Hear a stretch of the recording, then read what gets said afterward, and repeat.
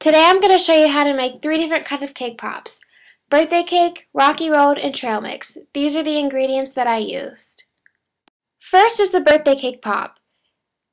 I made the batter by following a funfetti cake mix instruction. First, pour the cake mix into a large bowl. Then add 1 cup of water, a 1/3 cup of oil, and 3 eggs.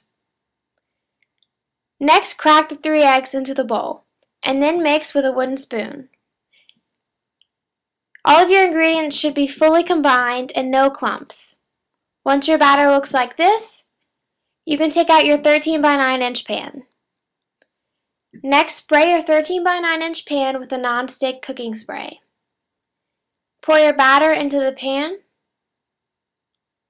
and make sure that it's evenly spread out through the pan. Don't forget to lick your spoon. Follow the box instructions for the temperature for the oven and how long it should bake. After the cake is out of the oven, put it in the refrigerator for 45 minutes. Once the cake is cooled off, cut it into quadrants. Then pick up one of the squares and break it into half. Then over a large bowl, rub the 2 halves together. This should create crumbs. After you've done all that with every half, blend it together with a blender. It should look like this when you're finished. Now add a 1/2 cup of icing to your cake mix. Blend it with your hand mixer again. It should look like this, like a mushy paste when you're finished. Then you can roll it all out into balls. For the candy coating, I use candy melts. I use 3 different colors: white, blue, and pink. You melt these by putting them in the microwave.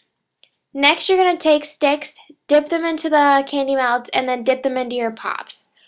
Once you're done with all the pops you're going to do, freeze them for 15 minutes.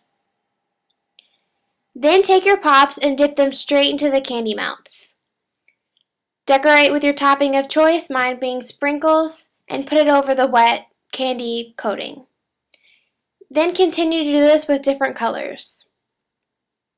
This is how your cake pops will turn out. For my Rocky Road cake pops, I followed the same instructions. I used a chocolate cake mix and followed the box instructions on how to bake the cake. Then after it cooled and I crumbled it, I mixed vanilla icing into the cake mix and rolled out the cake balls, adding their sticks by first dipping the stick into the chocolate-flavored candy melt and then into the pops. After I dipped the pop into the candy covering. For this cake pop, I chose many chunky toppings.